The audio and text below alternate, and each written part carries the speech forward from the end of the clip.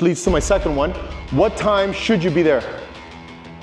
The way that you answer, your body language, the way that you look at them, eye contact, your facial gestures, your hand gestures, the way that you sit, the way that you stand. We're taking a look at the resume. We're taking a look at what you've done. But of all of these, to me, when I'm hiring, this is the first one. And here's the best way that I can explain this is the 2018 Raptors championship game. It's the best way that I can explain it. If you go back to that sixth game against Golden State, and you take a look at who's on the court, those last 3 minutes, you see all Canadian eyes were on that team. The Raptors weren't just playing for Toronto, they were playing for all of Canada. There's pictures, there's videos of all the cities tuned in to see who's going to win. The Lord is right around the corner. Turn on the news, and there's so much negative, and we need opposition. We need equal opposition for that negativity. So why are you here? Is to push back against the world. You are here as a ray of light and a way to pave for all those who are following behind you, so you can create a good place, a happy place, a positive place for anybody who surrounds you. Ladies and gentlemen, you are God's first string players, but I fear that because of stage talk, you are acting like mascots. That you feel that your only form of purpose in existing is to entertain others. The things that you say, how you treat each other, the things that you post online. Listen, we talked about it the last time I was here. The last time I was here, there was this sense of like, nobody's hiring, they're not hiring teens, they're not hiring people, they're not hiring youth or whatever. They are hiring, they're just not hiring you.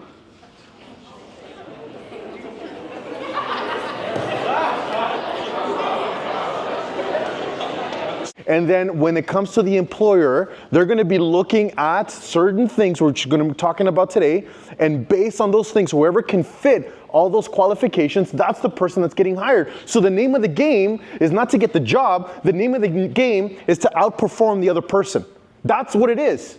So just to let you know, as a reference, we had somebody here message me on Instagram, and then she was like, hey, coach, I know that we're waiting until today, whatever, but I have a job interview this week. Experience. My man. That was the first thing. Experience is number one.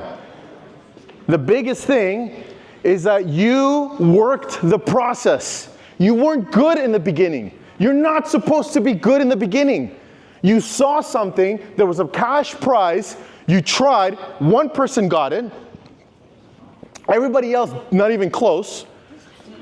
But with time, practice, and I kept showing you step one, step two, and practice and experience, you got better, that more hands are be able to raise up and say, hey, I can do it. This thing is the exact same thing. You're going to see it. I'm going to give you these 10 things. You are not going to be good automatically. This is up to you. Do you understand? I want you to silently and quietly read this statement and tell me what stands out. Just quietly read that statement and what stands out. Every single one is learnable and under control. Yes. What does that mean? That it's up to you. You can go back into your classrooms, you can go back home, keep applying, not working, and then blame society and the system. Or you can take ownership. I'm giving you the cheat code, and then actually put it into practice, and then, hey, land a job. It's your control. You are in control. You had the option today of when we were doing the African body percussion to sit down and not participate. If that would have happened, you would not have gotten it. So this is under your control. We're going to fire through these extremely quickly. Okay? I only have a few minutes with you guys left. Okay? Professional appearance. Why is that important? How you show up. Yes, 100%. Listen, if I was to show up here with like, whatever, like dirty, ripped jeans, ripped shirt, and just walking around and whatever. What is your first impression? Who let this guy in? Stranger danger. Let's call Children's Aid. Do you understand? First impressions are everything. They got you numbered the minute you walk in through the door. Make sure, now I'm not telling you show up in a shirt and tie and a 3-piece suit, but don't show up in shorts and an AC/DC shirt either. AC/DC is a great band, but you have to be mindful. I want to tell one thing that I forgot to mention in my opening. People, employers who own a business, it's their baby. I have children of my own. I am not going to let just anyone walk through the door and take care of my kids.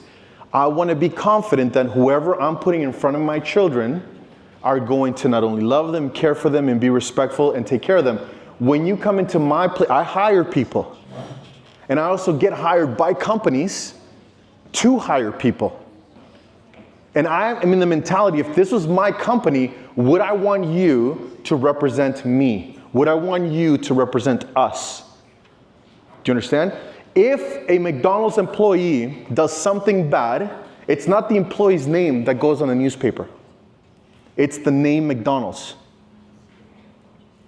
Do you understand? When they sue, they don't sue you. They sue the company. So, first appearance is everything. It's number 1 on the list.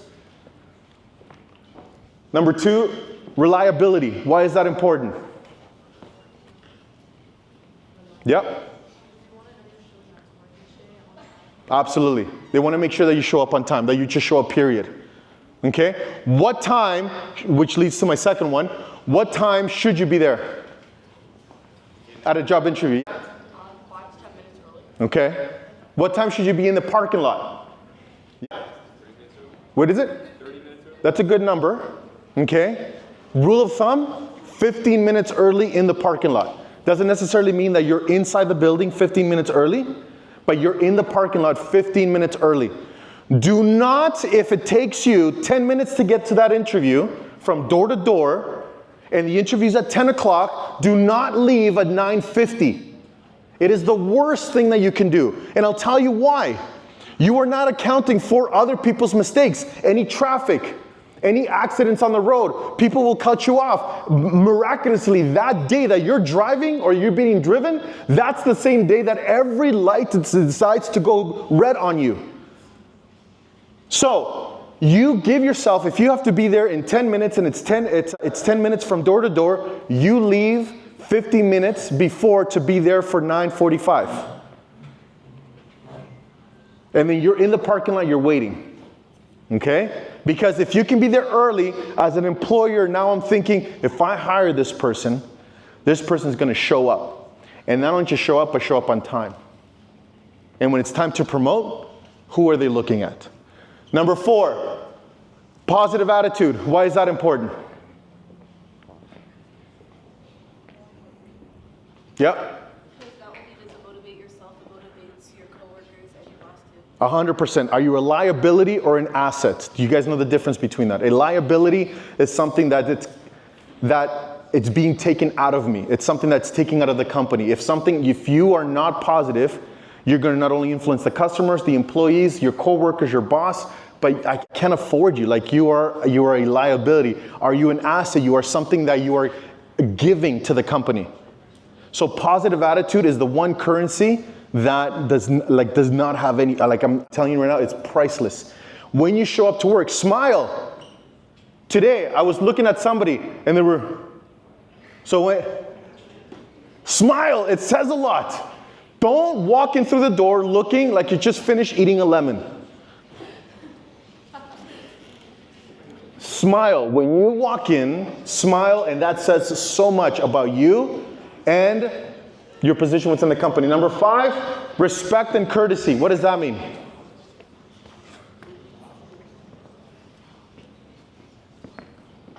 Respect and courtesy. Why is that important? Yeah? Oh, did you have your hand up?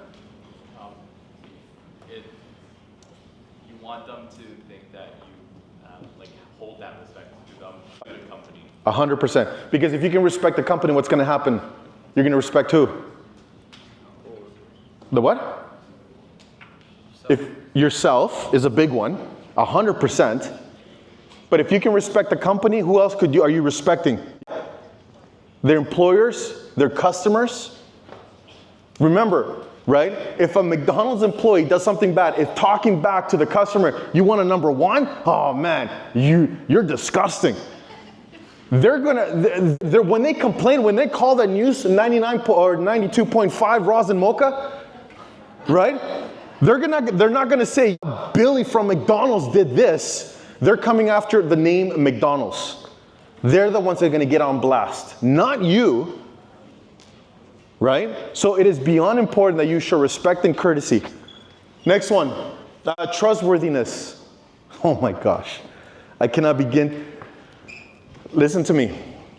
I know that this is like down here, but I'm gonna tell you right now, as an employer, from what I was reading from this research or the data, this is, and even though it's not number one, this is on their mind when it comes to youth hiring.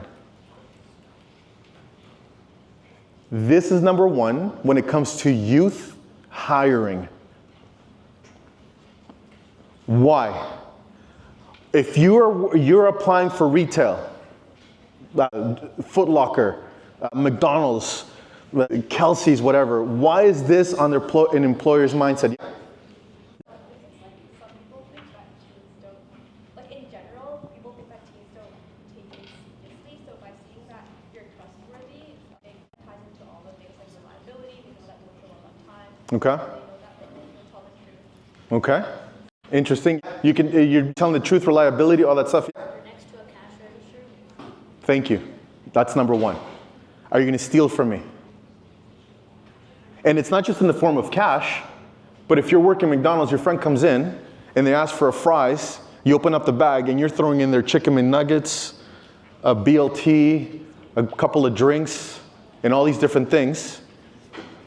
You're losing money for that company. If it's a big corporation, this big corporation doesn't they need the money, but a mom and pop shop, going to like Foot Locker and you're throwing in an extra jersey in there for your friends, you're losing the company money, right? And then they're gonna be taking a look at their books. We've ordered this amount of products, we've made this much sales, but then we are missing this, we are bleeding dry right now.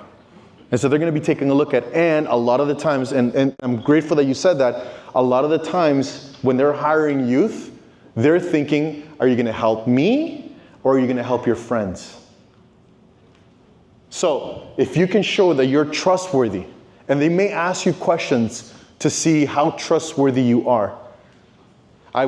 We were part of a job search, and it was a panel of things, a panel of interviewees, and one person beside me asked the question, have you ever been in a situation where you were in class and a friend of you gave you math, like the answer sheets? What did you do? They want to know, right? What did you do? Did you take it? Did you use it? Did you report it? Now, you may lie, but they can always tell when you're telling the truth and when you're lying. Okay? They can tell. You're not that good of a liar. Some of you are like, I lie for my mom all the time. No, it doesn't matter. Listen, your parents are programmed to love you, right? Employees are programmed to weed out the good employees and the bad employees. They go to training for this. I'm telling you, because I'm a part of that training. The way that you answer, your body language, the way that you look at them, eye contact, your facial gestures, your hand gestures, the way that you sit, the way that you stand. We're taking a look at the resume. We're taking a look at what you've done. We're taking a look at your experiences, where you've worked. And after you're out of there, we're going to call your references and ask them certain questions. And then when we hear these things, we'll know if that person is lying or not. Can that person be trusted? Yeah, they can. All right? You're going to get weeded out. I'm telling you right now. Next one, self-motivation. Why is that important? That you're self-motivated. Not every day's going to be fun. What's that? Not every day's going to be fun. Yeah. Am I hiring somebody fun? Am I hiring somebody that's going to bring a positive attitude to begin with? Absolutely. Yes? What do you do when no one's watching? Thank you. Initiative. Huge. Are you sitting around on your phone waiting to be told what to do? Or can you find something? Right? So being self-motivated is a big one. Next one, willingness to learn. Why is this important? Yes? They're not going to hire you if you're just there to make money and leave, but they want you to actually excel, like go in your leadership skills. Okay. I couldn't find the data on this. I only know the business data. In the business data, to hire a brand new personnel, it takes anywhere between $100,000 and $120,000.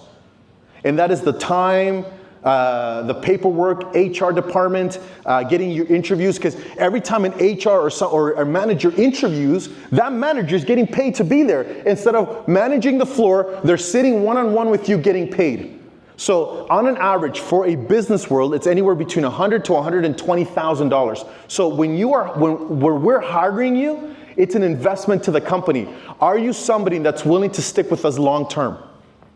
Are you somebody here that's just going to come in, take the job, and then just leave and within 3 weeks because you found something better? Now, seasonal hiring is different. The process for seasonal hiring, it's fast. It's a fast turnaround. It's a rotating door. But for someone who is long term or somebody that wants whatever, there is an investment that goes into hiring you. And then when you get hired, there's the training. So, are you just gonna like take off afterwards? Or are you gonna be there for a while, right? Second last one, ambition and drive. Why is that important?